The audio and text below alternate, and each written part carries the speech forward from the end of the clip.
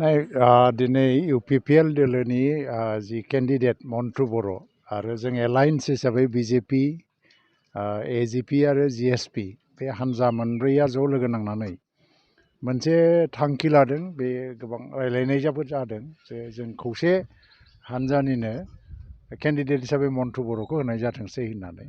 दा बियो बयबो हारि माहारिनि गेजेराव कनसेनसास। मन्टु बर'आ सासे समाज सिबियारि, दुलाराय बर' फरायसा आफादनिबो मावथिमोन आरो इउपिपिएल जोनोम जानायनि उनावहाय जोंनि बिटिआरनि चिफ प्रमद बर'नि इनचार्ज हिसाबै बिथाङा कख्लाबारि समस्तिनि जौगानायनि थाखाय गोबां खामानि मावबोबाय आरो बेखौ मानसिफ्राबो नुबोबाय जे बिथाङा निस्वार्थभाबै खामानि मावबोदों।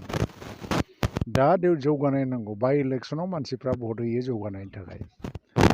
दाखालि आसामनि रायजो सभानि जादोंमोन, बेवहायबो गोबां एमएलएफ्रा हान्जाखौ नायालासिनो जौगानायखौ नायदों, जायनि थाखाय जोंनि रोनगोरा नार्जारिनो भटखौ होनाय जादोंमोन।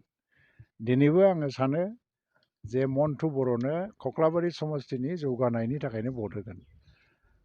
कख्लाबारि समस्तिनि रायजो राजाफोरनि मोनसे दाबि दंमोन जे एबार केन्डिडेटआ लकेल जानांगौ आरो जोंनि हान्जाया बेखौ गनायनानैनो लकेल मस्ट सासे जाखांफुनाय आरो इयुन गोनां सासे सेंग्रा मावथि मन्टु बर'खौ केन्डिडेट हिसाबै होनाय जाबाय। दाथ' बिटिसिआव इउपिपिएलनि दैदेननायाव बिजेपि जिएसपिनि गभर्नमेन्ट सोलिगासिनो दं आरो आसामाव बिजेपिनि दैदेननायाव इउपिपिएल जिएसपि आरो एजिपिनि गभर्नमेन्ट जिएसपि गैया, एजिपिनि गभर्नमेन्ट सोलिगासिनो दं।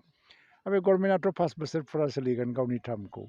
दा बे समाव बे ओनसोलनि रायजो राजाफ्राबो ओंखायनो खुनु मोनसे हान्जा बायदिसिनाखौ नायालासिनो ओनसोलनि जौगानायनि थाखाय भट होगोन, आं बेखौ आसा खालामो। आरो बे थांनाय बारनि जिखिनि जि भट रेकर्डमोन 23,000सो भट मोनदोंमोन प्रमद बर' बिथाङा, आरो बे सिटखौ नागारनायाव खालि जानाय जाबाय। दा एबाराव बियो बांसिन भट मोननानै देरहागोन। 72,000सो भट दङ बे समस्तियाव। दा जोङो माने 50%नि बारा भटखौनो मोनगोन जों आसा खालामो। थ' बे दा काउन्सिलनिसो मेटार, दा रायज्लायनांगौनि बाथ्रा गैया। नाथाय बियो कख्लाबारि समस्तियाव दा जिहेतु सिटआ बिनिफ्रायनो देरहालांदों, सिटआ जाहैबाय बिथांनि डिसक्रिपसनाव थाहैगोन बियो।